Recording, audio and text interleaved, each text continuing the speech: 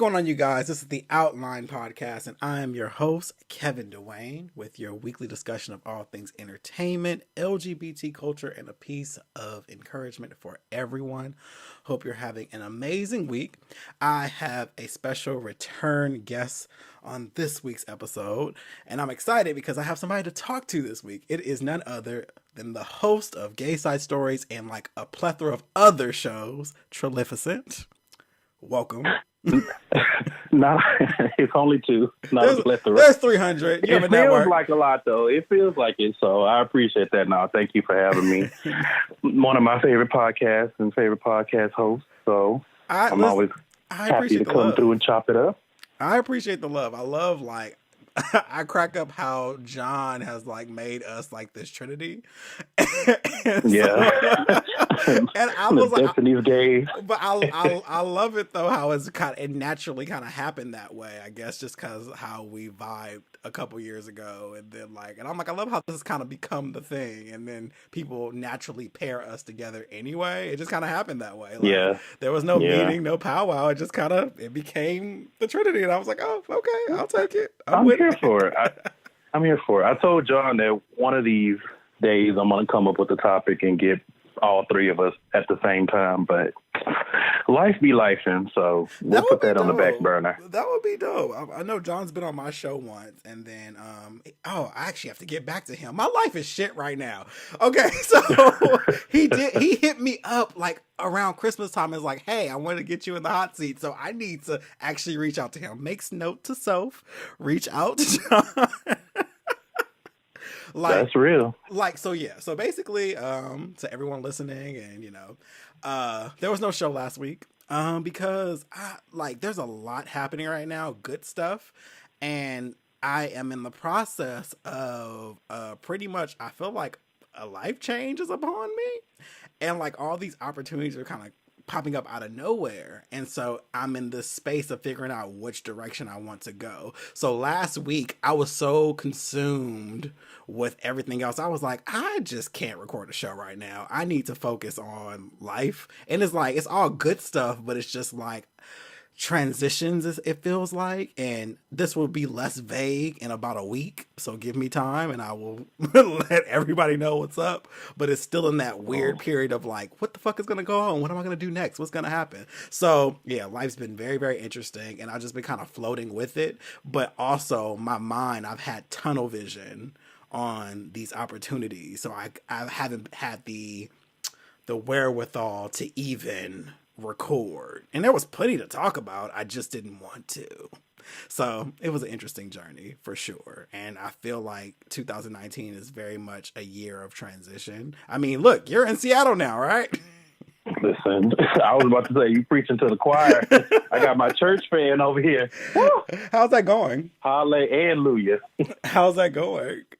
It's actually going pretty well. It's been an easy transition, and I don't know if that's just because I was so ready to leave Houston that I didn't realize it, or if it's just I just did a good job of planning. I don't know, but it's been an easy transition, and I mean, work is work. A job is a job. Yeah. It puts money in the bank, but it's been a lot. I just feel like 2019, I hit the ground running. You really did. I feel like Sonic the Hedgehog. Yeah, you really did. It was in between our talks, because when I was on your show, and that was November, it was you were about to move, and now you're on the other side of that. So it's kind of dope to kind of see that. Yeah. Well, not only that, but just creatively, it's just stuff just started happening, and I've barely been able to keep up, but I'm excited. So let's talk about this network that you've created. Yeah. So that was one of the things. So, you know how you have an idea, and it may be your idea, maybe an idea with a friend, but it's like a slow burn. Mm-hmm. That's been this. So it's been a long time coming. I want to say we've been talking kind of casually about it since, I don't know, maybe October, maybe September, but it was just kind of oh, we should do this. And then 4 weeks go by without ever speaking on it again. And then it was oh, by the way, I did this, or I came up with this. And that's why I said 2019 has just been shut up and drive, because January second, it just went into overdrive. And before I knew it, my co-founder was like, okay, it's time to go. XYZ is happening behind the scenes. Like, we need to get it popping. And I'm like, Happy New Year. Right. That's definitely how things have been on this end too. So I saw the logo was already on your album art now, or your podcast art. I was like, come through. Listen, move with the quickness. when I say shut up and drive, I meant it. Like, I can barely keep up, but it's been exciting pulling the shows over. Thank God that I had a good host, and it was easy to pull my show over, because some of the other offerings that we have on the network have been a little taxing. But so how many shows do you guys have right now? So we haven't officially launched yet, but when we do, or I guess technically now, we have 5 shows. Nice. I mean, that's awesome. Yeah. Now, granted, there's a lot of double dipping as far as hosts. I think from 3 of us, we all do 2 shows. 3 of us do a show together, and then we all have a separate show outside of that. And then we have another show that I executively produced, quote unquote, for a friend of mine. So she's coming on too. So that'll be 5 shows.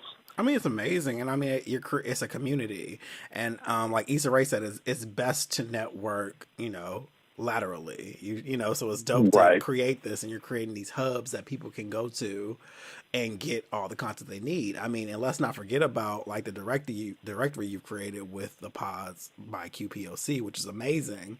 And it's dope because when you, and it's funny, it's only been like 2 years, but in podcast world it's like 10, because like when we first started, it was very much like people kept saying, where are all the gay black podcasts? Where are the gay black podcasts? And people kept tagging us. And now there's so many. There are so many, and it's dope because you get so many, but I loved how it was very much like there was a need and you saw it and you fit it. And now you just go to that hashtag and you have a whole list of different podcasts that you can listen to. Yeah, I'm actually glad that you mentioned that, because now that's been kind of on the back burner just because, listen, what do they say? Life hands you lemons. I don't know, whatever saying. But, things got a little dark before I made this move. So that has been kind of on the back burner. And then I had it all planned out. My January was going to be dedicated to the directory, getting it back online and starting to really push to get my peers to start using it, for their shows when they release an episode, things of that nature. But then the network came, and so once I get the network off the ground, then I'm going to come back to the directory. So if anybody's hearing this and you're part of the community and you're of color, or you at least have a co-host that's of color, then I hope that you will help support. And I'm going to have to, be very aggressive and asking people, hey, can you please start using this just so people can find us, so we can, like you said, have that hub. Because you said back in the day, but I mean, even now, it's still people that are like, where are the black gay or where are the black trans podcasts? Mm-hmm. And, I've seen people tag, a lot of times I get tagged on my show page, but I've also been seeing people start to use the hashtag. And shout out to Barry at Podcast in Color, because whenever she sees it, she's like, bam, this is where you need to go. Yep. Yeah. And so I really want to start pushing that and saying, hey, this is for us, by us. And hopefully we can, at the very least, I don't really have a vision for it. I just felt like, okay, this is something that needs to be done, and it's better if we do it. Yeah. So from there, honestly, I feel like the only direction we can go is up. But I just wanted that sense of community. And it's really amazing because you don't know about all these podcasts. Like some of the more interesting podcasts that I've kind of listened snippets just because I've had so much going on. But there's here's this story-based type of podcast, storytelling, And it's like, I'm a Latina witch and I do X, Y, Z. I'm like, what? Yeah, I'm like, Sabrina with the Mexican accent or a Spanish accent? What? I'm like, where have you been? We are undefeated as a people. We are undefeated. Like, Absolutely. So it's things like that I think I like the most. Is just because the big ones you know about, or the ones that you're peers with, like, of course, there's my show, there's this show, there's John's show, there's Here For. There's so many that we know of that we're kind of all in that pool. But then there's outliers, or there's just people outside of our acquaintance. They may have their own separate circle. And then when this went out, people started sending stuff in. And I was like, well, where have you been? yeah. How did you get here? Well, I'm glad you're here. Yeah, so I'm looking forward to picking that back up and building that community along with my network.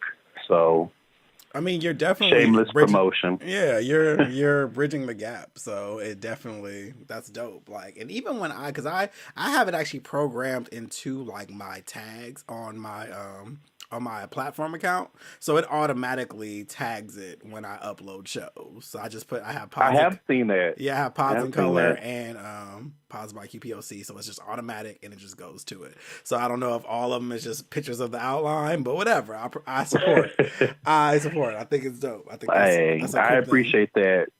Definitely you and Sensei Raven over at the Healing Space. I definitely see whenever I have a chance to peruse, which I need more hands and another brain, or I need a time turner. Give me some time travel. Give me a DeLorean or something. I don't know, but things will level out eventually, I think. I think it's just like there's always times of haziness, and at a certain point it just levels out. Like I said, right now, it hasn't been so much like with me and everything I'm going through. It hasn't even been a matter of time. It's just been a matter of focus. I'm so focused, and like I always talk about manifestation. I'm really trying to manifest something that I really, really want. And so I'm just spending all my time visualizing this shit, like legit. And I just can't focus on anything else. So it's not even time. I could have did the shit. I just didn't want to. And so it's like that's real. Yeah. That's real. Because I listen to your show every week, and I hear you talk about manifestation all the time. And sometimes it goes in one ear and out the other. But when it started being more consistent, I really started paying attention, and I feel like I barely started doing it, and then life was like, oh, well, hello there. And it was just like, boom. It will amaze you. Here's a job, and you need to move, and you need to do this, and it will get you together. Here's this. It will get you together. And it's just it starts with a thought. That's it. Start thinking it. And then all of a sudden you just start visualizing the position you want to be in. And then all of a sudden things just start kind of popping up, and you're just like, what the hell? And it's like a lot of times we ask for things that we probably don't even.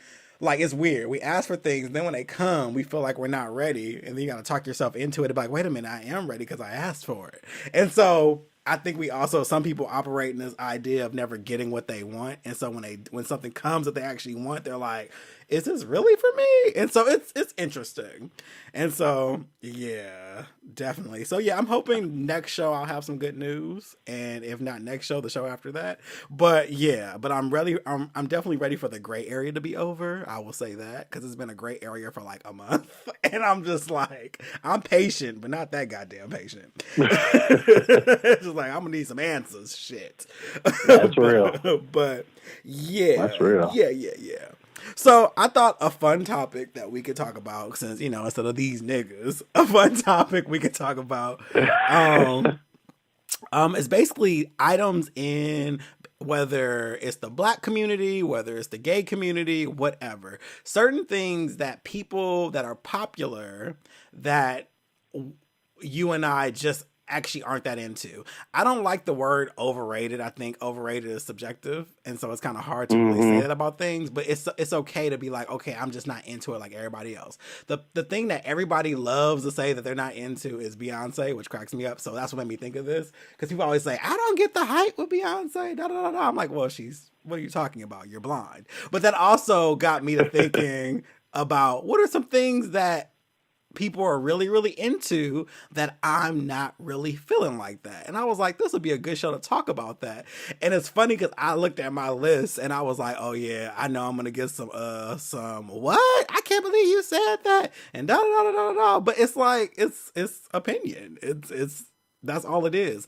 And I want to say the things that I list or the people that I say or whatever it is, I'm not saying they aren't good. I'm not saying they aren't talented. I'm just saying I don't get all that you all give it. Okay. So I just want to preface that. I think that I may have interpreted it a little differently. So it's not so I didn't go so much for over quote unquote hyped.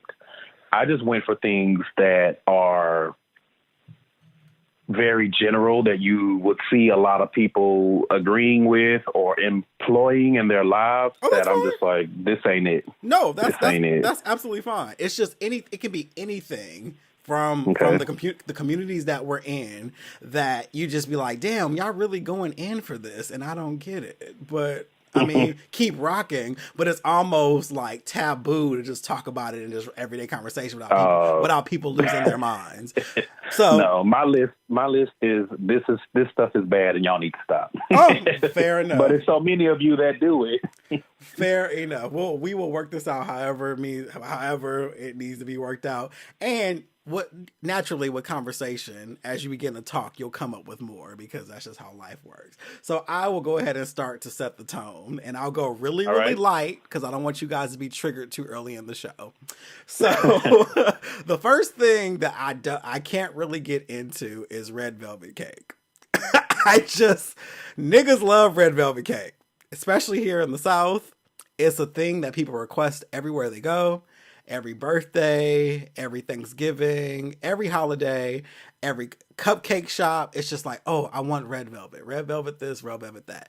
And I never really got it. Like, it's one of those things. And I've had, before you guys start leaving comments, I've had the so-called real one and I've had the so-called fake one, because there's also arguments on what's real red velvet and what's fake red velvet.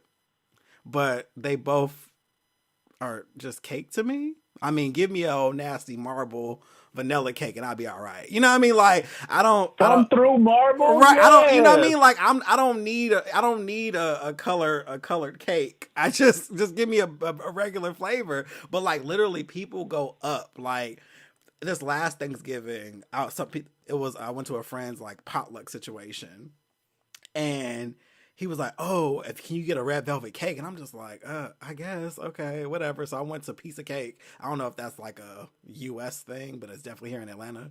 And it's a popular bakery out here, and they make really good cake. So I went and got a red velvet from Piece of Cake and was like, okay, here you go. And just the way people were just acting about this cake, I just didn't get it. And I had a slice. I'm like, this is cool. But like, people really go up for it. Like, it is just like the next coming of like desserts. And I just don't see it for it. It's not bad.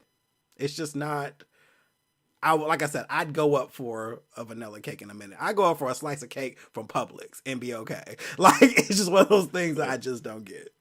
So yeah, that's my. So full disclosure, I used to enjoy red velvet cake very, very much, but as I got older and I really looked at it, and I had a few, and I was like, yeah, I don't really like the cake. I just like the icing. Is that what it is? I think that might be what it is, because I've never seen or had a red velvet cake that didn't have like that buttercream frosting, which is like really, really good and sweet. But if you take it is like, that's definitely a dentist visit in a jar. Yeah. But if you I've had it where I just had pure cake, and I'm like, this tastes like dirt. It's not that good. It doesn't even taste like cake to me. Like, by the time you manipulate it, and then it's like, you throw a little chocolate in there, throw this red food coloring, and see, that's the thing. It doesn't taste. And there's good. arguments about that, because apparently that's the fake one. The chocolate and the coloring, apparently that's the fake version. There's another way of making it, and I'm just like, I can't. I don't know. I don't even care. They all taste the same to me. But like, there's arguments, especially in the South, about there being a real one and a fake one. And I feel like it's more of a. I feel like it became I don't want to say delicacy, but that's the only word I can come up with. It became No. it became a rare treat to black folks because you only got it on certain holidays. And so I think because it was like, oh, Auntie's making her famous red velvet, it became this, oh, this is the tour de force of cakes. And it's like, okay, but like, Yeah. but now it's just like, I don't know. People really just act like it's just like, oh my God, red velvet. Okay, get your life. I mean, do your thing. I mean, get your life, but listen, I'm a simple bitch, so give me a good old yellow cake with chocolate frosting. Listen, and the thing about it is, I would get hyped for a lemon cake if you ask me. Give me a lemon cake, give me an old nasty marble, man, even a 7-Up cake. Right. Now we're talking. Now we talking with the red velvet. I'm like, no, a 7-Up cake with the burnt edges. Listen, come on now, or the pound cake and the little round. Man, I'd go like a butt cake. Yes, yeah, I go up for that. Yeah. I'm with you. Yeah. Like the only time I really would eat red velvet after a while was my grandmother on my stepfather's side had a recipe, and after she passed, he started making it, and it's like this 3-tier. But it's like you can taste the different. I don't know what her recipe called for, and I know there's another way to make it where you make where the batter is red without using food coloring, but I can't remember off the top of my head. And that's how they did it. So it tastes like cake. It doesn't taste like that weird, I don't know, brown styrofoam that some red velvet cakes are. Right. But it's still about the frosting. It's still about the frosting. That frosting, and then he puts like pecans like in every layer, and then on top. Listen, I'll be in hell. I don't even eat all the cake, but I don't disagree. Here's the funny thing about that, though. I'm not a big icing fan in general, so maybe that's it. I like actual cake, so maybe that's it. Maybe because the cake is like whatever. I'm just like, oh, okay, cool. Like, it depends on the cake because listen, there's nothing worse than some dry ass cake with no frosting. Right. You got a cup of milk or something I can pour on this bitch, right? Listen, you just be like, yummy. Not you really. got mouth rush and shit. Yes. All right, so do you have something to offer to this list? I do. Yes. I do. I did my homework. Yes. I did my outline for the outline. Yes. So I'm going to switch it, and I'm going to go from black community to gay community. I'm with it. Something, I don't know if it's overhyped, but something that I see a lot and I don't get. And even when you sift through the jokes, I still don't get it. Mm-hmm. And that is bottom hate and shaming or verse hate and shaming. Oh, yes. Take it deep. I don't I'm here for it. get why in 2018 into 2019, this is still a thing. Yeah. I don't get it. I don't understand why y'all hate bottoms so much. And bottoms hate other bottoms. And I'm just like, why? Why can't we all, I don't want to say, why can't we all get along? Because that's not realistic. But why do you hate? Like, I've seen scenarios where there'll be a bottom and someone else comes in and you don't even know if this other nigga is even a bottom. But you assume he's a bottom. And so you got dagger eyes. You don't like him. You see him as competition. And I'm just like, did Chimamanda not teach us anything? Man, it's trash, but then it also goes into the whole, one of my favorite words to use is heteronormative. It goes to the same way that we treat women.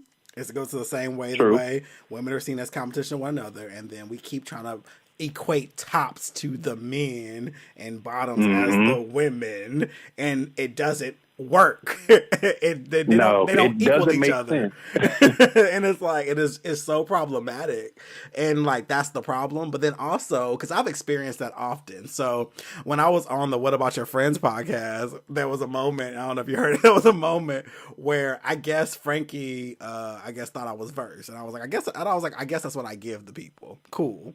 And I I don't know. But here's the thing, I often get that people will come at me on some, I want you to be, the top and all that shit or whatever. And I'm like, yeah, that's not my ministry. But then the way that they talk to me changes. And that always has bothered me. And it's kind of like, just because you now know my sexual position shouldn't change the way you interact with me. I'm not your sis. I'm not your Judy. I'm not, it goes from Yeah. this whole like I want to suck your dick to now like, hey sis, nah, that's not it. Like that's just not it. And so it's just like I know exactly what you mean. And so you see that all the time. I was just watching a web series from another popular gay, and then they were kind of doing the same thing where they were like talking about this couple, and it's the whole, well, who's topping who, and like, why does that matter? Why the fuck does that matter? If they ain't fucking Mind your you, business. if they ain't fucking you, and you ain't fucking them, why does it matter who's doing what to who? It doesn't matter. Like, Mind your business. but it was Indeed. that same, yeah. I think it's interesting that you say that because I didn't think about it until I just heard it. But I've experienced that too, where it's like, but it's kind of like a different, it's the same scenario, but it's a little different.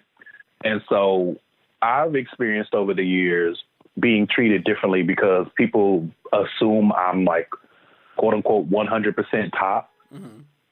And so then when I'm like, I'm verse if I feel like it, they're like, oh, you verse. And so and the reason why I said that it was bottom and verse, because then there's this whole weird thing with verse. And before y'all start sliding your thumbs across your device, let me say that I can tell the difference when someone's joking and when someone is not. But number one, we have to remember that a lot of times comedic things that we make jokes out of are rooted in truth.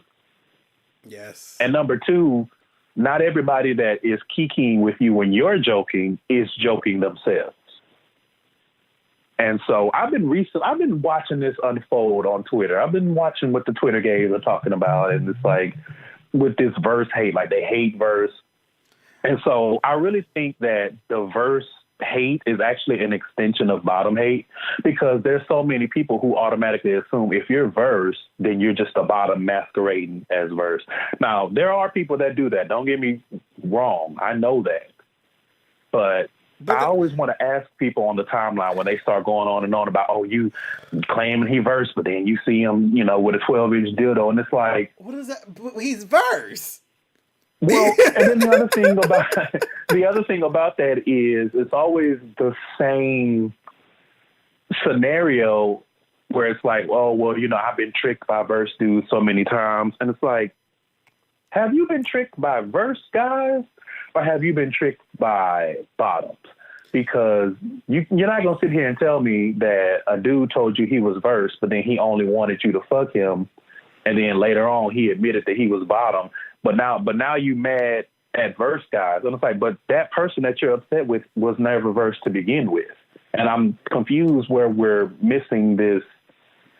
How did we get here? How did we get on the highway to hell? It's already stupid because you can't. Right. I hate when people date one fucking person and then generalize everybody else because of their one experience. That's the dumbest. In science, because you motherfuckers flunked it, there's a thing called a hypothesis, okay? And then what you have to do is you have to get multiple samples, okay? And then you have to test each one of them and then come up with a conclusion. You don't get one motherfucking sample and decide that everything is that way, bitch. So I just...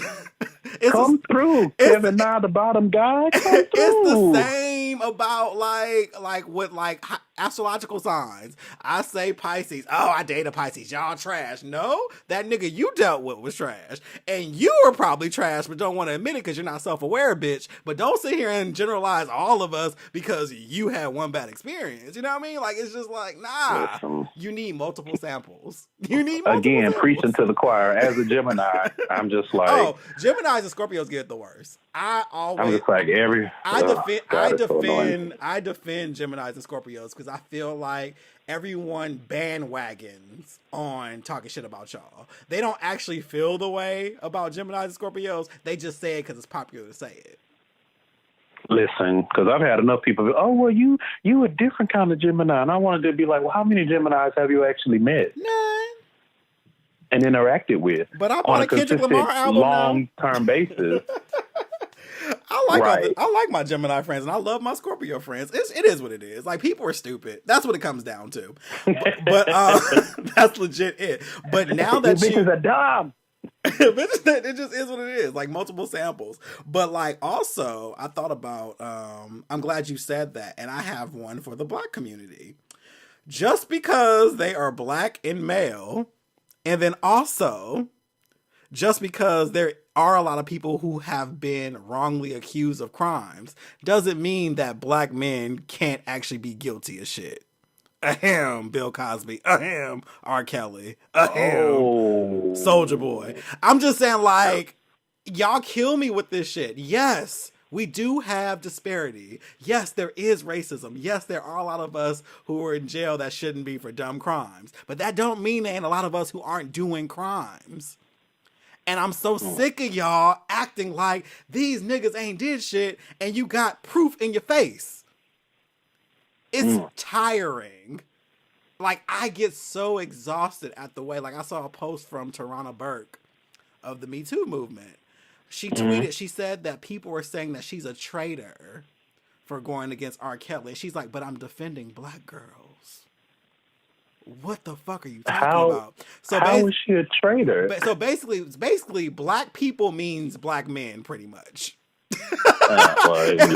That was Black straight untrue. man. I'm sorry, Black straight man. That's what Black people mean. Yeah. It means Black straight man. And what's so funny about it is the people that are out there protesting and shit are women and gay men. That's the gag. Like, usually, the people, it's just like, or at the very least, they're the ones organizing so that y'all cis head asses can come out and then push us out. Right. And say, oh, and then center yourself and act like the rest of us weren't there to begin with. But no, y'all gotta stop this shit. I understand exalting and being pro-Black. I'm pro-Black and I'm always gonna go up. But y'all gotta stop seeing, like, thinking just because a Black person is wealthy or has success, it's just people trying to take him down. No, if you did some evil ass shit, then you deserve punishment for it. There's no way around that shit. And y'all literally will look at proof. Like, Bill Cosby literally admitted to drugging the girl. Nah. She knew what was up. Like, there's a video that all y'all niggas saw, and y'all swear that ain't R. Kelly in it, even though the same goddamn house has been in several other things. Like, I'll just the cartwheels that people will do just to try to explain away some factual shit blows my mind. And it's like, and that's not even factoring in the wishy-washy attitude towards the criminal justice system. Yeah. Like, oh, it's all bad when it's your homeboy, your family member that's going down. Right. But then it's, well, they weren't convicted when it's somebody. Whatever. Which one is it? But there's proof. And I hear it all the time, and I will reiterate it here right now. George Zimmerman wasn't convicted either, and we know he did that shit. I mean, O.J. Simpson got off too. That nigga did that shit all day. He did that shit and a whole lot of other shit. But it goes back into it. It's like one of those things. Like, it's very nuanced. Yes, the criminal justice system is trash. I would never argue that. Like, it's trash. But that is not a reason to think that somehow Black men who have money, those are people you should watch more, because money and power is dangerous. Absolutely. And especially when you get off, because then you feel invincible. Like, what y'all gonna do to me? like he has been for the past, 15 years. And that's another thing. The nigga is free walking around. So why y'all talking about, well, why y'all taking him down? Why put these other niggas in jail? He ain't in jail. Nope. He's walking around touring. He's not in jail. And most of the men who come up in these kind of situations are not in jail and never go to jail. Or not. So yeah, that the Black community, that's one I can't. Nah, y'all gotta stop this shit. Like, okay, crime is crime. Okay. Well, since we're here, since we pulled up to the Black community, I have one too. And it's kind of along the same lines, but a little different. And that is, I don't get our families hiding and protecting known predators in the family. Oh, man. Like, I can't speak for other races because obviously I'm Black as shit. but I can definitely say I've seen enough instances. We have enough books, we have enough stories, we have enough movies where we know that this is a common occurrence. It's not rare. Like if you start talking about something along these lines on Twitter, you're going to have so many, mostly women, but there's some men too, who will have stories about their uncle or their dad or their brother or their whoever, their cousin. And then mama, knowing what happened, will still have you sit next to them at Thanksgiving dinner, stuff like that. And it's just like, I was just talking to a friend of mine about this, and it comes down to this weird sense of loyalty that we have for family. We have this kind of like, this is my blood. Whether you chose them, this is my blood. I'm not going to do that. And then I also hear people say phrases like, I don't care what you did. I'm always going to have your back. It's like this weird kind of like, I can't send my brother to jail. Because if you took action, that would be the next step. If your brother touched your child, the next step would be to call the police and do the whole nine. But they have this, but that's my brother. I grew up with him. I can't send him to jail. Like, what kind of person would I be? Well, a good one, but you know, you can pass that up. But it's trash, man. It's trash. Like, it's absolute trash. But it's like, just absolute trash. Yeah. And that's a hard one. But and so even with that, let's talk about.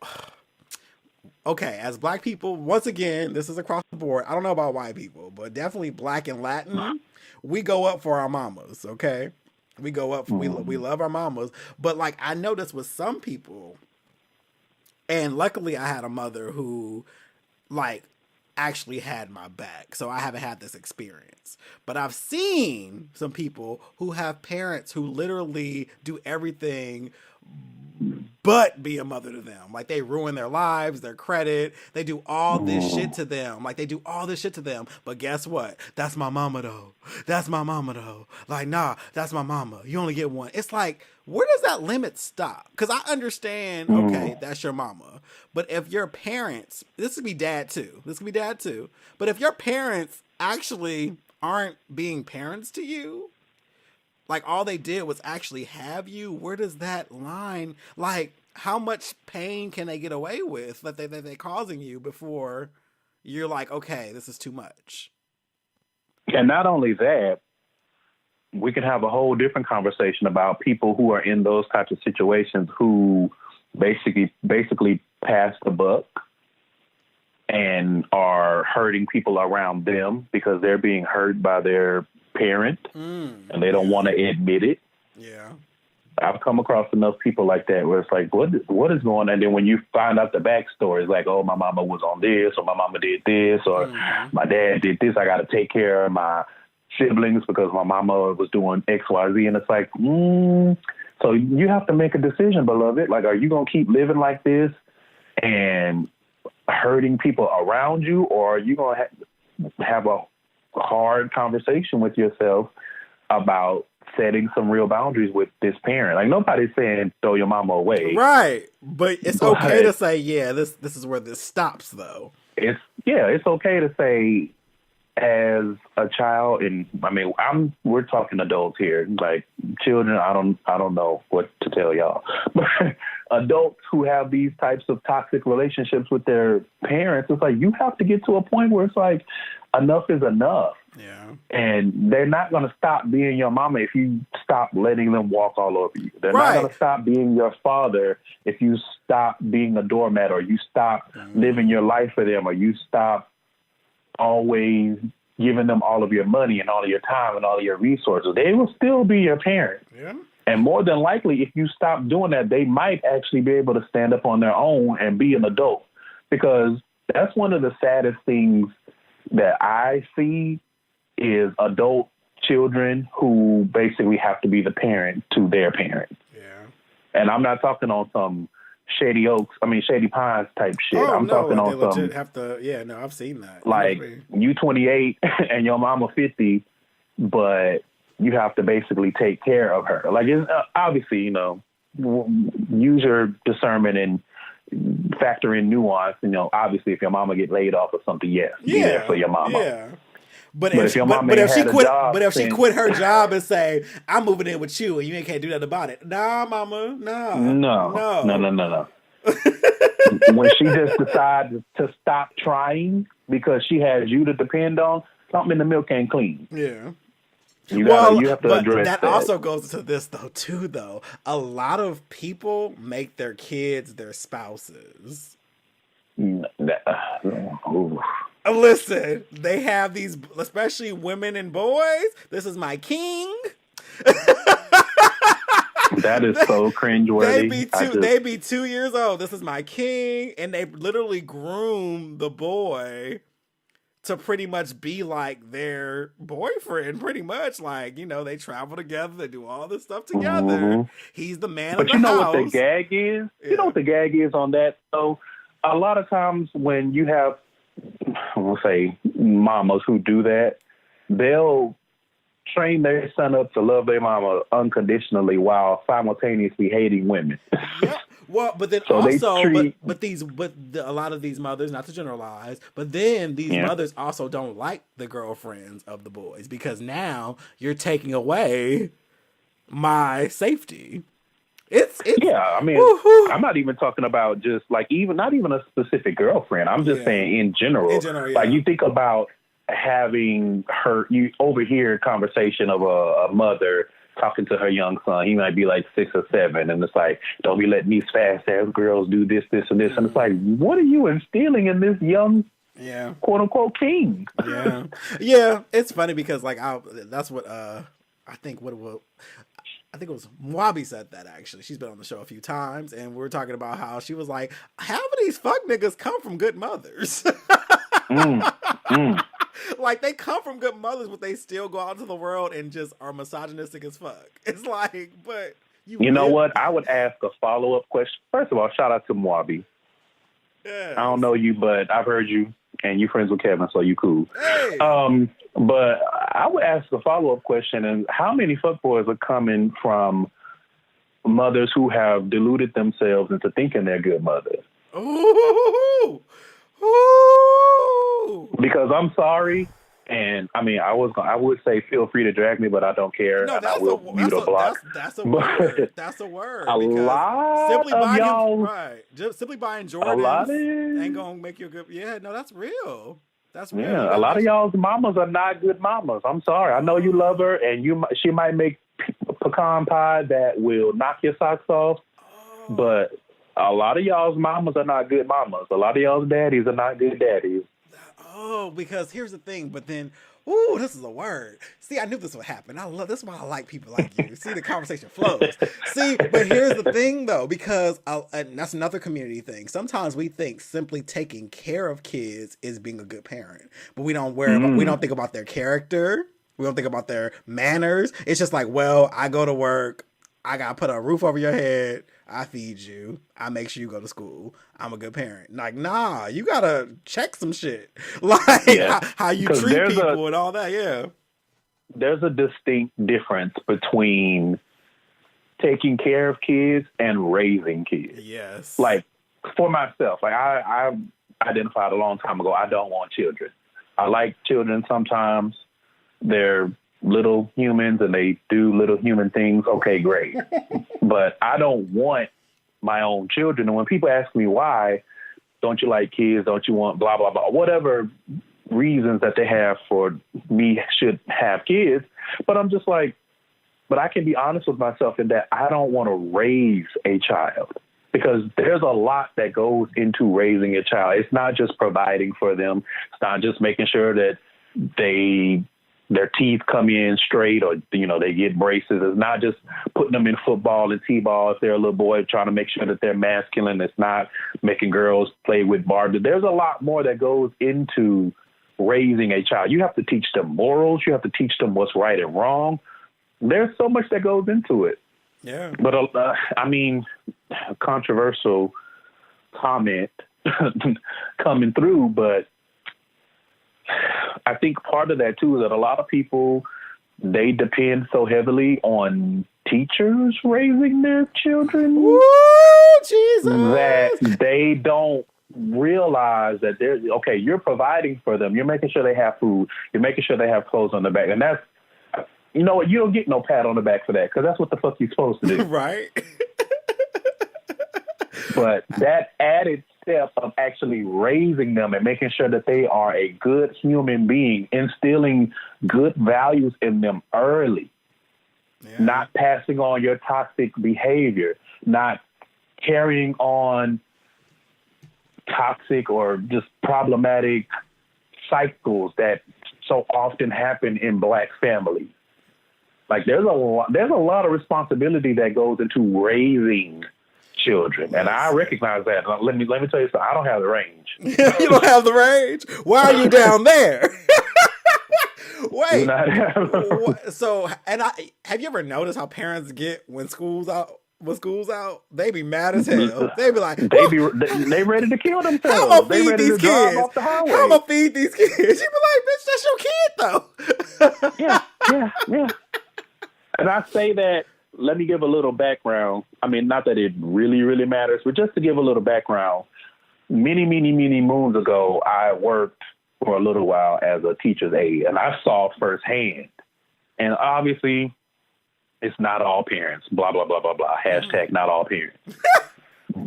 But a whole lot would come in there, and I'm just like, could you not send your child to school with a book bag full of coloring books? He actually has work to do. He needs to learn. I need you to go home and help him with his multiplication. And they looking at me like I'm like, that's what you're supposed to do. You the teacher. Like it's called homework because it's work at the home. Like I teach them the principle, but it has to be reinforced. That's your job as the parent. You're supposed to be raising him. I'm to teach him. I'm not supposed to be raising him. I remember I had a really good relationship with this one little boy in a kindergarten class.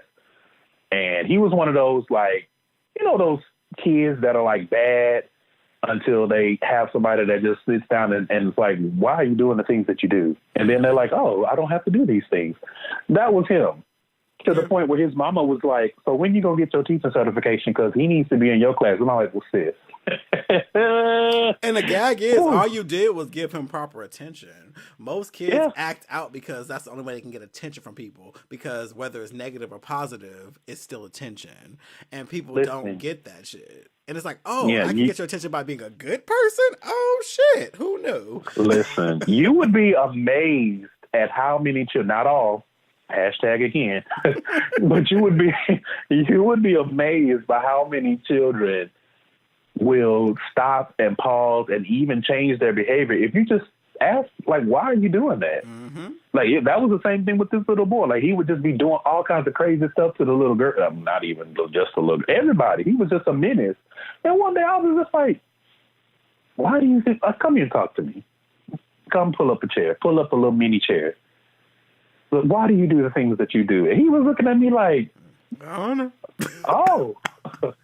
And I was like, don't you understand that when you do those things, you get in trouble? Versus, and I said, so what happens when you do good things? What do I do as your teacher's aide when you do good things? He was like, I get candy, I get stars, I get this, that, and the other. I was like, so why do you choose to do bad things knowing you're going to get frowny face or whatever else? And then go home. And you know your mama don't play that. You know your mama's going to hem you up. Right. And his behavior slowly started. His mama was very appreciative, which cool, pat on my back. But she was, can you be his teacher? No, girl. I can't be no surrogate father. I'm so sorry.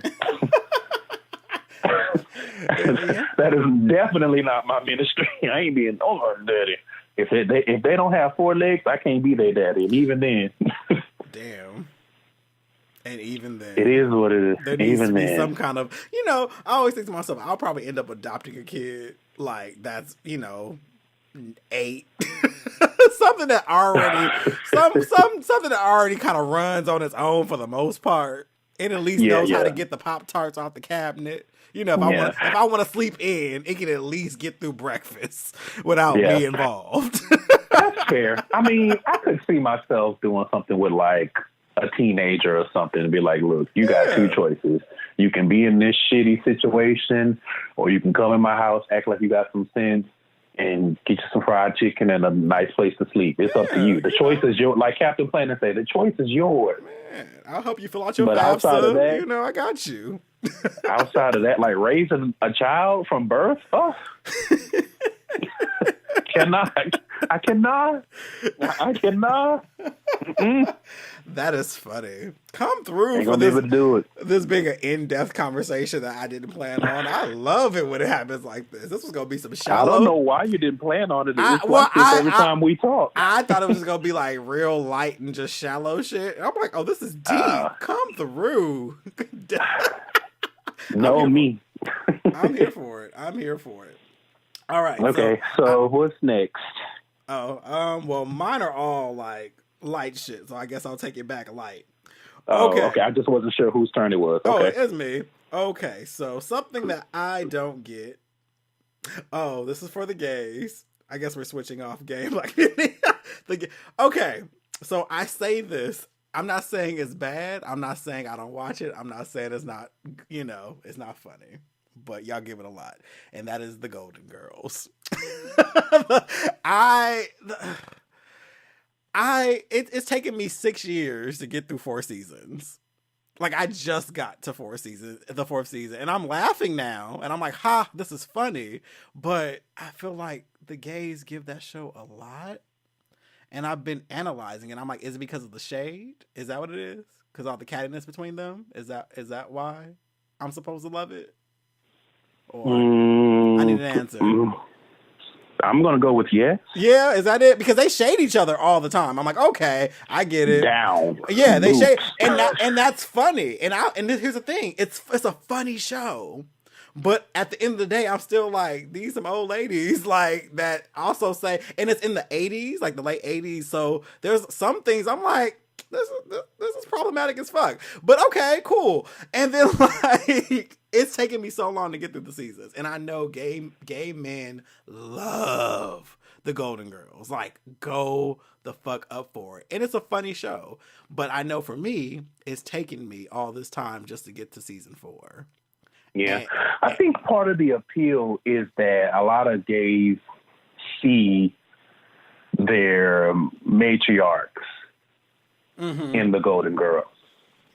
And especially if you had one that was actually kind of like one of them. Like if you had a grandma that was a Sophia, and every time you see her, and it's not like or maybe they see what they wish their matriarch was. Because let's be honest. So let's pull up a chair, children. Let's be honest. A lot of our matriarchs are just plain mean. A lot of y'all's grandmas that y'all love so much, so dearly, and there's nothing wrong with loving your grandma, please do. As a person who doesn't have any left, love the fuck out of your grandma. However, that's real. We have to call a spade a spade. Some of y'all's grandmas and mamas and aunties are just plain ass mean, and it's not funny ha-ha mean. It's, I'll have to take a break in the powder room so that she won't see me cry mean. But then also y'all got Stockholm syndrome, and you normalize it, and you think that's okay because that's my grandma. Same theme. Yeah. Same theme. It's like we're literally raised to love people who hurt us, and it's crazy. So that's my best guess, is that they see their grandma, auntie, whatever, or they see what they wish their grandma, auntie was in the Golden Girls. And we all just love shade. And it's fun, but the thing about it is it's lighthearted. Yeah. It's fun. It's a funny show. I mean, it's a funny show. Problematic. For sure. Like in 2019, you're not gonna get away with, one great aunt calling another great aunt a slut. This gonna be a problem. But on this show, it's funny. Yeah, it's like I said, it's funny. I watched. I think it was season 4, episode 18, the one where Dorothy's friend was in town and they were arch enemies, kind of, and they played tennis and she ended up like dying or something, or she pretended she died. But I remember laughing at that episode end to end, like, okay, this is the funniest episode. In fact, I went on one of those ranker sites to see where it ranked in the best Golden Girls episodes, and it was like number 8 of all time funniest shows. I was like, okay, because I was like, this I hadn't laughed that much to the show until that episode, and I've kind of, everything else has been like chuckles and like, you know, quick little laughs. That whole episode had me dying. I said, okay, now this is what I'm talking about. This is funny as fuck. But it's one of those things where it's just like, but like gays give it a lot. Like they give it a lot. So there's been times where I've been kind of sitting there like, damn, like what's wrong with me? Nothing's wrong with me. I just don't get into it like that. Like it's funny. It's funny, but like just the way people go into it. But then again, I don't know that I really herald shows in a way like a stand, if that makes sense. I'll probably be like that for Insecure in 20 years. Like, listen, you beat me to it because I was just about to be like, I don't know about you, but listen, I'm gonna have my cane ready to bust somebody upside the head if they talk ill of Insecure. Yeah, because I go up for Insecure too. But then also, it may be also, I'll keep it real, it may be a bias in me too, though, where it's hard for me to go up for shows with people that don't look like me. It's like I don't see myself in this. That was a white ass show, and I'm like, I don't. And also, I'm still not even half the age of the characters they played, so I just can't relate. So it's like one of those things you're just like, okay, like, so it's like I don't know, but I watch it from time to time on Hulu, like, because it's not a bad show, but it's never been a binge watch for me. It's never been I'm gonna sit here all day and just watch Golden Girls. It just doesn't do that for me.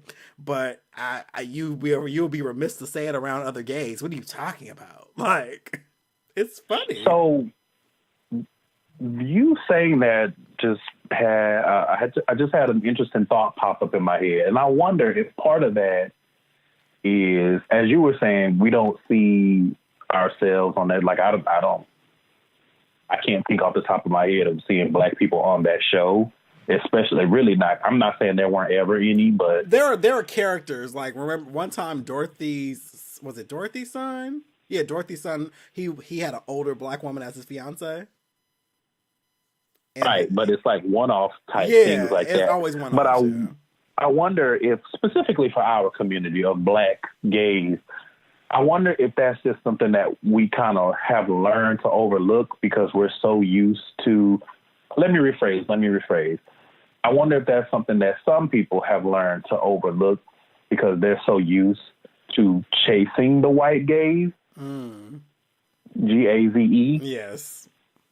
And so you look at that and you're like, it's nothing to you that you don't see yourself because you want to be close to whiteness already. A word. However, that would require a lot of self-awareness, which I'm going to throw it out here again, #problematic.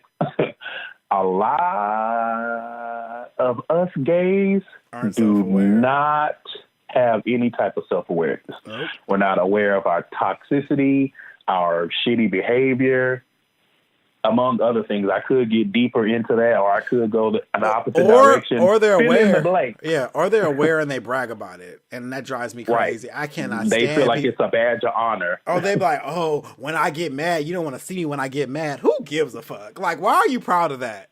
Like, why are you proud that you have an attitude? Why are you proud that you can cuss somebody out? That's not something that, like, that means you're immature. Like, nope. This is why I stay at home. This is why I keep my doors shut. This is why you swear you me.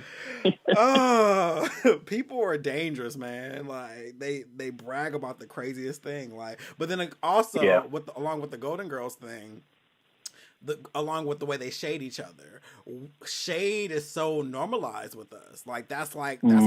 That's how people feel like they're connecting with one another. I hate it, but that people feel like they're connecting by being shady and catty. So I'm like, okay, so I get why people are into it for that reason, because all they do is shade each other all day, and people wear that as a badge of honor. I can read anybody. It's just like, okay, got it. But are you hoping people grow though?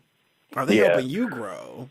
Because it's very high school. So, like, I get why gays are into it. I'm just not into it. Where I'm just like, okay, cool. It's funny, though. Like, nothing on my list is terrible. Not even Red Velvet Cake. I don't hate it. I just don't go up for it. That's going to be the title of this. I just don't go up for it. Yeah, I don't know. You may not go up for it, but I go down for it. Throw it in the garbage. Throw it away. It's not good. Throw it away. But since we pulled up to the Black gay community, hey. My next one is, I don't understand the acting like or actually believing, because delusion is real, but acting like only one female rapper can be successful at a time. Or any artist, really, but yes, you're right. Well, that's true, any artist, but I specifically put the female rappers because it's different. Like, with singers, it's a little bit different. There's, a couple of crowns to hand out, but with rap, with women, it's one crown. It can only be Nicki. It can only be Cardi. Meanwhile, there's some other people. I have a playlist filled with female rappers that goes in, and I'm just like, all these people are being overlooked because of the same view that only one can be out. And I'm like, that's stupid. Like, yeah, I'm like, when did female rap become Highlander? Why can there only be one? I don't understand. Like, are they dueling backstage at the VMAs? Like, I don't get it. Yeah. Is somebody being sacrificed? I don't understand it. And again, because, me being a little bit older, but not old, I'm like, I grew up in a time where we had lots. Like, until, did shit go down when Foxy Brown and Lil' Kim fell out? And now everybody had to pick a side because, listen, I grew up in the Ladies Night era, not Tonight remix. Right. That was everything, too. That's what I'm... The video had everybody in it. To this day. Man. Oh, that was one You know what I'm saying? Like, and that's part of the reason why people, in our age bracket, we go up for Missy, because Missy was one of those people that united the girls, literally. Yeah. But this whole idea of there can only be one, and if not only can there only be one, but if you don't go up for the one that I've selected, then you a trash ass bitch and you don't deserve anything nice, and I hope you die in the middle of the street. And it's like, wait a minute. That's extreme. Yeah. I'm like, but there's a lot of music on iTunes. Why can I only listen to one? Why is that on that? Oh, first of all, mind your business. Mind the Apple Music that pays you. Okay. First and foremost. But second of all, y'all crazy as hell. So I don't get it. And a lot of times people be like, oh, it's the barbs and they in high. No, there's a lot of people our age and older that be on the internet doing a whole lot. No, to be honest, they're worse because they're the ones with quote unquote facts, and then they start doing threads, and you're like, Jesus, kill me now. And they're not even good. I got baited into a one of those conversations with a lawyer. But he was a Nicki fan. But the thing about it is, y'all don't know that y'all don't fuck with me when it comes to music facts. Like, music is my shit. And so I'm like, how are you a lawyer, but you can't even give decent arguments? And so we were just going back and forth. Think about it. And here's the thing. He was doing all type of straw man arguments and slippery slopes. I'm like, you didn't even know what fallacies are. How are you doing this right now? And then, like, here's the thing. I'm a fan of both Nicki and Cardi, so it was a weird thing, but he instantly wanted to just be, like, all about Nicki. And I'm just like, how are you a lawyer? Like, I don't get this. But, like, I was totally baited in it. I'm like, damn, we're both in our 30s talking about these two girls. I just can't deal. Like, I cannot. Yeah, I'm good on that. It gets away from me sometimes. Sometimes it's just so easy because people say dumb things. And you're just like, ooh, that's so ignorant. And you're like, ignore it, Kevin. Ignore it. Ooh, that's some stupid shit. And then you be like, and another thing. Right, but then you just like, you just want to say one thing. I always think I'm going to say one thing. And then, nope. And no, that's a trap. Because then the rebuttal happens. You be like, but, and now y'all been talking for 3 hours and you feel silly. You like, what did I do on Tuesday night? I sat there for 3.5 hours talking about Nicki Minaj and Cardi. What a loser I am. It's the funniest shit. You get baited. You be like, I could just ignore this. I could, but it's like that with artists in general though. And I'm Stan Wars or something else. But to be fair, the straights do it with sports. It's not different. It's all entertainment. Like people, hell, the straights do it with musicians too, right? But rappers, they're not immune, right. So it's just interesting though that how easy it can happen. You be like, ooh, I'm tired. The interesting thing about that is maybe just because we've been connected for long enough, but I'm like, anybody that knows enough about you would know about your musical prowess. Like me, like I would never try to debate you on music because I don't know shit. Either I like it or I don't. But you'd be like, now listen, in 1982.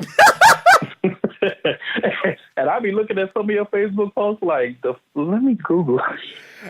I just like dealing in the real world, and people love to like make up their own stuff, and I'd be like, what are you talking about? Like I remember somebody was just like, oh, I think what they say, they said the Migos were irrelevant. I said, you do realize that they changed the sound of music like 4 years ago, like, and they've been on the charts ever since, and they have this many hits. Yeah. Like, I tell people, just because you don't like someone doesn't make them irrelevant to culture. And people have this idea that because you don't listen to them, they're somehow not doing something. I'm like, no, that's not how that works. And it's like with Cardi, people feel like, oh, because they don't like her, somehow she's not. I'm like, Cardi's really the biggest thing out right now. Like, if you look at the way her career is going, like, she's been on every major thing that you can think of. And come Super Bowl, I believe she has a Pepsi commercial coming out. Like, that's kind of Pepsi is the sign that you're the shit, okay?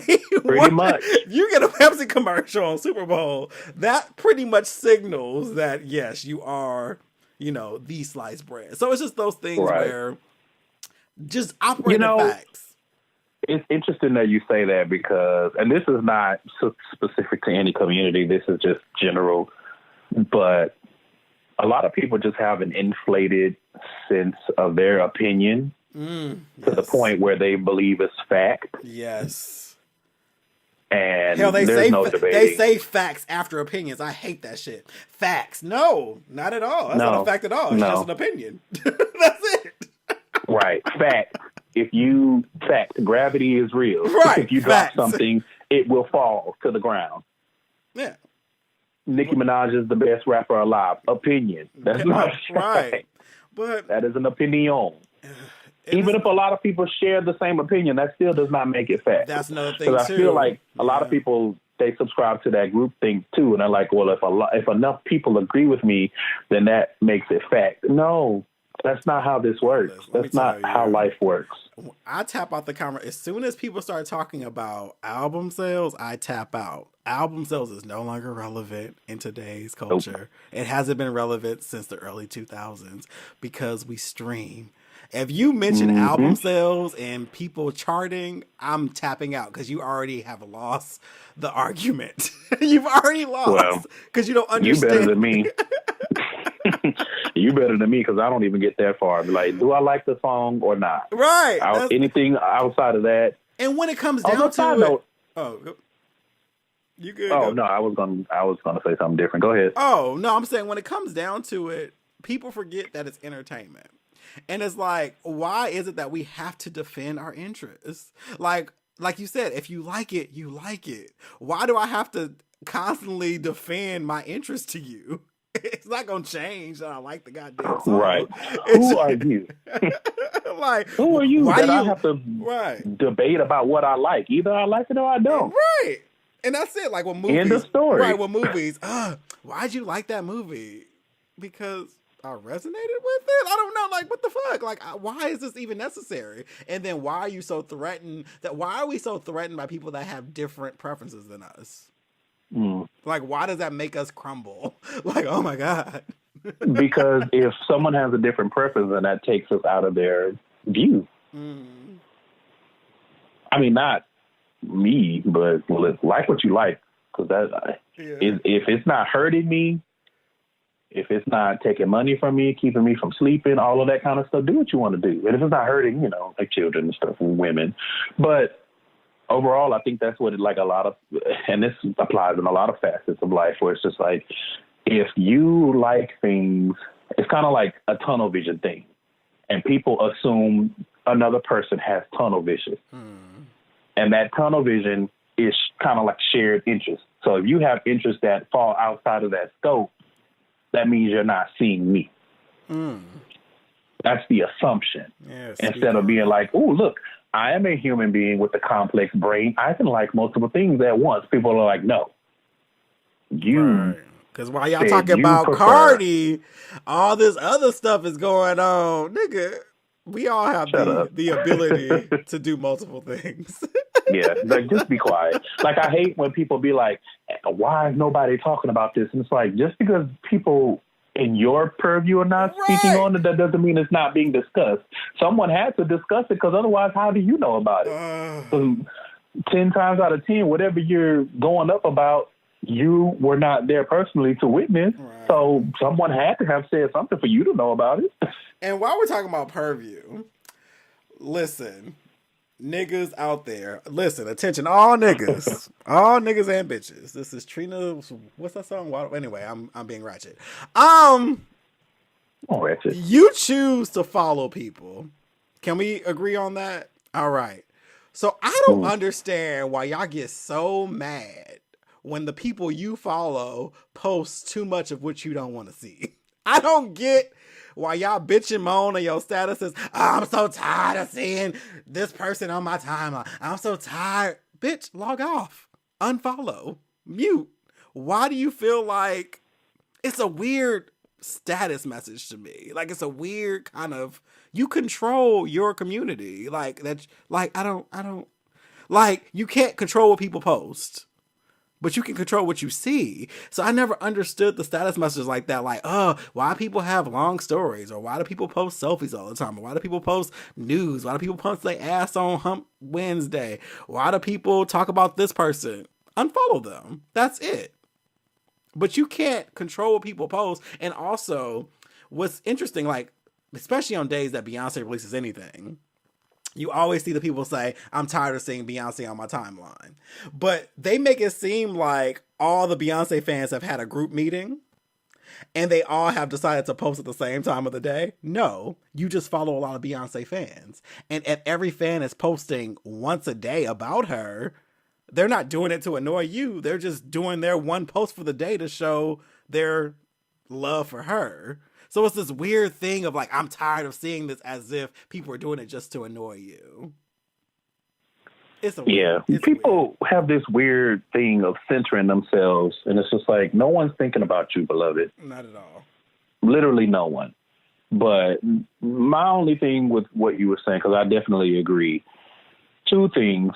Number one, the only time I would say I could halfway see it is if it's somebody you've been following for a long time and their like online presence, their style changes.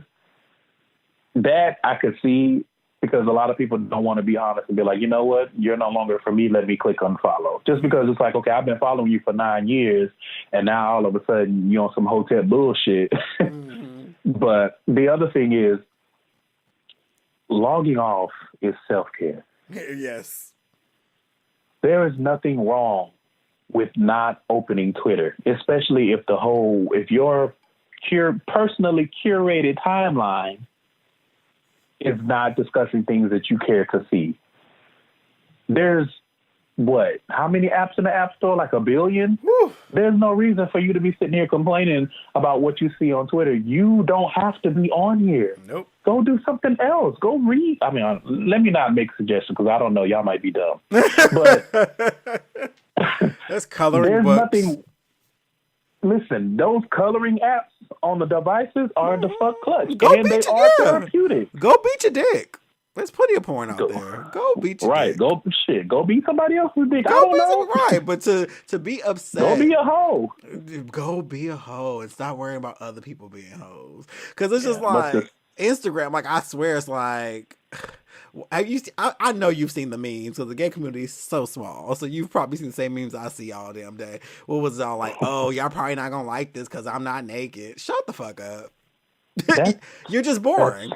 You're just boring. That's all. You're just boring. Yeah. It's not that you're not naked. You're just boring. And no one fucking cares. That's it. Not only that, but again, like I said, the lack of self-awareness, because if you curated a following from being naked, you can't be upset if your following does not give you the attention that you're seeking when you're not naked. Right. And I mean, I'm not saying that it's right. I only deal in facts. Yeah. I only deal in what's real. And what's real is most times, however you garner that appreciation, that's what people come to expect from you. Right. Now, so if you start trying to do something different, There's nothing wrong with that, but you can't be just like, okay, if you've been naked for 3 years on Instagram and you got yourself 50,000 followers and now you decide I don't want to be naked no more. Okay, you're going to have to build that back up to non-nakedness. I don't know if you sing or if you swing from a pole. I don't know if you Spider-Man Black. I don't know. Whatever it is that you do. And it's funny because you're probably going to have to build that from scratch. It just is what it is. Yeah. I'm actually, and it's funny, that's a good perspective you brought up, but I'm actually talking about the people who don't post anything nude. They're shaming the people who are nude. These are people, that's a good perspective too. If you change your mind and change your brand and you get mad about it, that's good too. But there's people who don't post any news, but they want to shame the people because they're getting attention because of it. Those people are just plain weird. I don't. Well, that's just weird to me. It's envy at the end of the day. It's just kind of like once again, you follow who you want to follow. I'm pretty sure you can create a timeline that doesn't have nudity on it, but there was something in you that wanted to follow these people. But at a certain point, something ticked in you that you weren't getting the attention that you actually wanted and they were. So now you got to be passive aggressively post shit about it in your damn story. And it's just like, girl, no one cares. It's not going to stop. That's what I'm saying. People complain about shit that's not going to stop. And that's what why are you wasting your energy? It's like complaining about weather. To be wasted, I guess. Like, it's so fucking cold. Yes, it is fucking cold. I hate the fucking rain. Yep, a lot of people do. It ain't gonna stop though. Mm-hmm. So get you an umbrella, or stay your ass at home. Ella. Hey, So it's just interesting. So that's definitely something that we can use less of as far as like themes and things like that. You got another theme to add to this or something? I do. So back to black. Back to black. Shout out to Amy Winehouse, R.I.P. sis. One thing that I don't get, or maybe it's not even that I don't get it, it's just that I don't like it. And that is getting on Beyonce's internet and calling soul food or the food of our ancestors slave food with like a negative connotation. And it's like, why are you doing this? And it's like, oh, y'all eat chitlins. Don't y'all know we free? Shut the fuck up.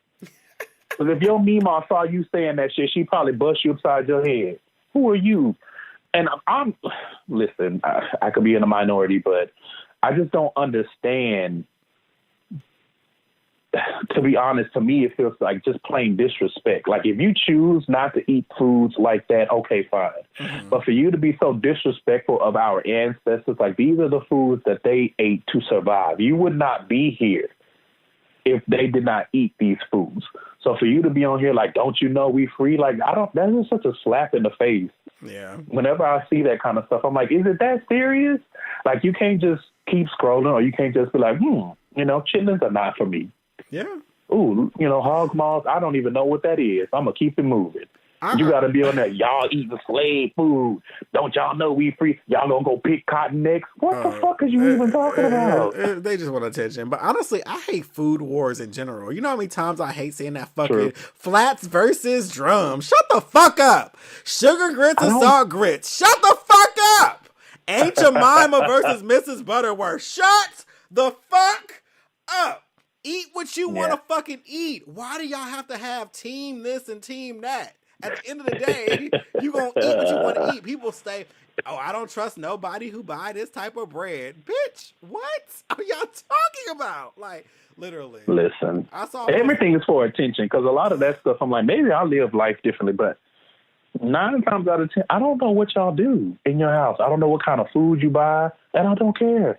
Like, unless I'm going to your house to eat, then in which case, there might need to be some investigation. But outside of that, it's just like, I agree. I don't get the food war, especially because chicken is chicken, bitch. Just eat it. People literally have arguments all day. Or even what type of fucking dressing you use. Blue cheese versus ranch and all this kind of shit. You be like, listen, people like what the hell they like. They probably do some weird shit. Everybody got some weird ass food they eat that people look at them like, why they eat it. But at the end of the day, don't get somebody else's yum because you're not into it. Just move the fuck on.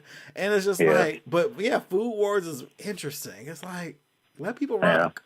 Like, mind your business. Now, the only thing I will say that I would disagree with this is when they do that obvious bullshit where they're like, "You not from Houston if you didn't put cheese on your Pop-Tarts."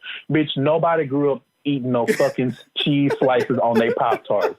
You sat up there, you went in your mama's kitchen, you wasted her Kraft singles and the motherfucking Pop-Tart for clout on the internet, and then you get dragged because that shit is not real. Literally nobody did that shit. Or okay, I hate when people do regional shit that ain't regional. Like they'll be like, "Oh, that you good shit in New York, you good mean this. It means that everywhere, sis." Like, literally, that's not regional. That's no, regional. it's not. Oh my god, that cracks me up. Like that need to stand apart from everyone else, and it's like, okay, but not to the point of delusion. Come on, beloved, let's stay on the path of reality. Oh man, that is everybody says you good. Right, like it's like, oh, in New York. And I remember they had that meme and everybody kept crossing out the state and putting their own in. I'm like, I can see the cross out. Right. Man, but you're right. It's a need to feel different. It's a need to have individuality. It's a need to, also elitism. It's kind of like, yeah. Oh God. I was talking to Christina about like travel groups because she's in a lot of travel groups. Hey, Christina.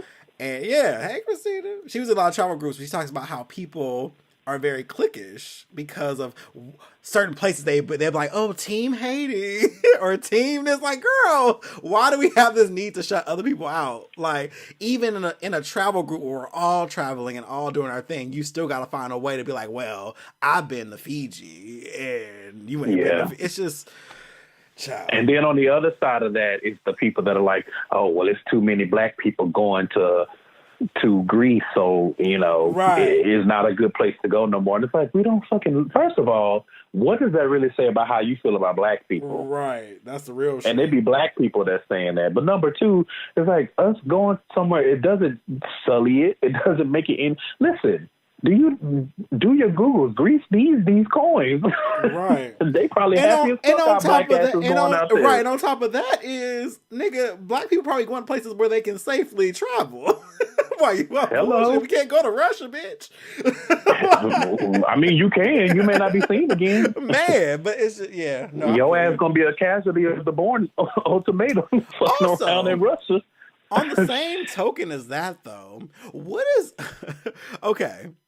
Why do people... I know people... What is it about bandwagoning that makes people so mad? Have you noticed that? Like, if something gets a lot of praise or something really big happens, there's people who get angry. Why everybody gotta like the same shit? It's like, well, maybe it's just that good. Or like, it's okay. Like, why do people have this need to rip joy from people? Like, it's like one of those things like, okay, so... Like, I mean, I don't want to talk about Bird Box. Fuck Bird Box. But like, let's say... I'm trying to think something else that happened. It's just always happening. And it'll be something that everybody's really, really into. And it's a good thing, but then people get mad because everybody's into it. And it's like, why y'all can't think for yourselves? Well, maybe they are thinking for themselves and they just like it. Like, it's just that good that everyone is liking it. Why does that make people so mad? It's like an interesting thing. I don't think it's any different than what we said before about just the need to feel different. I think that need will manifest itself in different ways. And sometimes it's, if everybody else is happy, then I have to. Some people just have that contrarian spirit. Yes, that's it. And that it just applies to anything. It's just, good example. I have an example. So with like viral things, for example, the 10-year challenge. Okay, you've seen the 10-year challenge. You're like, oh, I want to do one too. And then people are like, oh, I want to do one now. But then becomes this whole thing like, damn, everybody gonna do this shit. I don't want to see this shit all day. And it's just like, once again, you control your timeline. That's how the internet works. But then also, why do you want to rip enjoyment from other people? Like, just because you don't want to see. It's just it's a weird kind of thing. Let people rock. Like let people live. It's interesting. It's mad interesting. Yeah, I think a lot of that, like I said, is either just the need to feel different and the elitism and contrarian spirit shit, or all three, which cumulates into just a shitbag person. Yeah, let me not say that. Someone that a lot of people probably don't want to be around, which is weird in itself. Like some people take a lot of joy or they take pride in being like, well, my circle is small because only certain type of people can handle me. What? Why is that to be celebrated? Right. It sounds like you're Like trash. You need therapy. Yeah, like you don't get any special points because don't nobody want to be around your funky ass. Right. Get your shit together. Man, no, that's real. It's real. Yeah, no. It's people are a lot. Too much, to be honest. Too much to be honest. I agree. I agree. Well, I've definitely enjoyed this conversation. I'm glad that it had some depth. I'm glad that it turned into an actual episode because I didn't know for a while. Like I told you, I'm very all over the place, and it'll get normal again soon. But this was great. I feel like this is quality. Yeah. I'm here for it. Tell people where they can find you. You can find me under the bridge. No, you. You can find me on the internet. I am Trillificent pretty much anywhere that you can think of. And if not, if it's somebody else, good luck. But yeah, Twitter, Instagram, Snapchat, Trillificent. You can find my show, Gayside Stories. You can just search in Google and everything should pop up. And you can find my new podcast network. It's called Flawless Noises Media Network. And you can find that on the internet at Flawless Noises on Twitter, Instagram, and Facebook. And just because we put out a problematic but funny episode today, you can also find me on my other podcast called Ratchet Ramblings. And same thing, search for it, it should pop up. But it's at Ratchet Rambling on Twitter and Ratchet Ramblings with the S on Instagram and Facebook. And before you take back over, I just wanted to say thank you for having me on the show. It's always fun to collaborate. Our little, yearly collaboration, double collaboration that we do. Because like you said, you were just on my show like in November. Yes. So it's good to be back on the outline. It feels very prestigious. I feel like Dina Jones. Yes, Dina Jones. One night only. Right, I'm so proud. Yes, well, I'm happy to have you on as always. I love all the support that you bring to the show. It's always nice to listen to shows and hear. It's so funny. Like I'll be listening to you guys' shows weekly and just minding my business, and I'll hear Kevin DeWayne. I'm like, oh, wait, what? And I just love that. It's like funny. I'm just listening, and I'm like, oh, Kevin DeWayne. And I said, I'm at the point now where I say shit and people listen. What? Oh no. Listen, that'd be me because I'm like, ain't nobody listening to this show. And somebody's like, well, when you said, I'm like, oh, wait a minute. Are you sure that was me? They be listening. They be taking notes. They take notes for sure. They retain it. That's the scary part to me. Like, did I say something that was worth you repeat? Okay. Well, I appreciate you. Thank you so much. Man, I love it though. But I'm not freaked out. I am happy with all that is going on with you. You seem very happy in Seattle. I love watching your status messages. They seem like all the things that you observe that's going on in Seattle crack me up, and I think it's a good fit for you. Like I'm very, very happy that the transition worked for you. I appreciate that, and I'm looking forward to seeing or hearing and watching what unfolds with you. Like I've been noticing your climb. My what? And I'm like, look at this. I've been noticing your climb. You know, you're getting recognition and shine and doing different things with the show. And I'm like, look at my podcast brother, just doing his motherfucking thing. I'm so happy. I'm so proud. Well, thank you. I'm trying, but you know, life is interesting. You just keep doing and just be consistent and keep it pushing, and that'll be that. Consistency. Man, that is a word. It is a word. Consistency is key. It is sometimes, yeah. But sometimes a bitch need a break. Sometimes you just be like, you know what? Listen. I just want to be a human today. I don't have any content.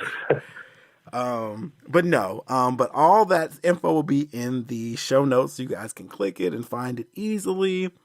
But yeah, thank you for being on the show today. All of you who are listening, make sure you are subscribed to both of our podcasts and make sure you share it with a friend. Yes, sharing is caring. Word of mouth is still. It really is. It works. It's still that girl. It's still that girl. Leave your comments, leave your review on Apple Podcasts, and help us get up the chain. And and also, I know I don't plug it enough, but you can also email me, theoutlinepodcast@gmail.com, if you have any comments. I don't care about your concerns, but questions, comments are good. This is my shit. Don't have no concerns. He said, leave your Apple Care note. But we don't want that. But if you want to ask a question, I have been asked to do like an advice segment. So I mean, if you have questions, that's fine. Cool. Send it there, and I'll definitely, if it's not too much, if I have the range, like Trillificent said, I will answer. If I don't have the range, I'm gonna tell you to go meditate or seek professional help. But other than that, we're all good. But that'll be the show, and I will talk to you all next week. Peace out. Peace.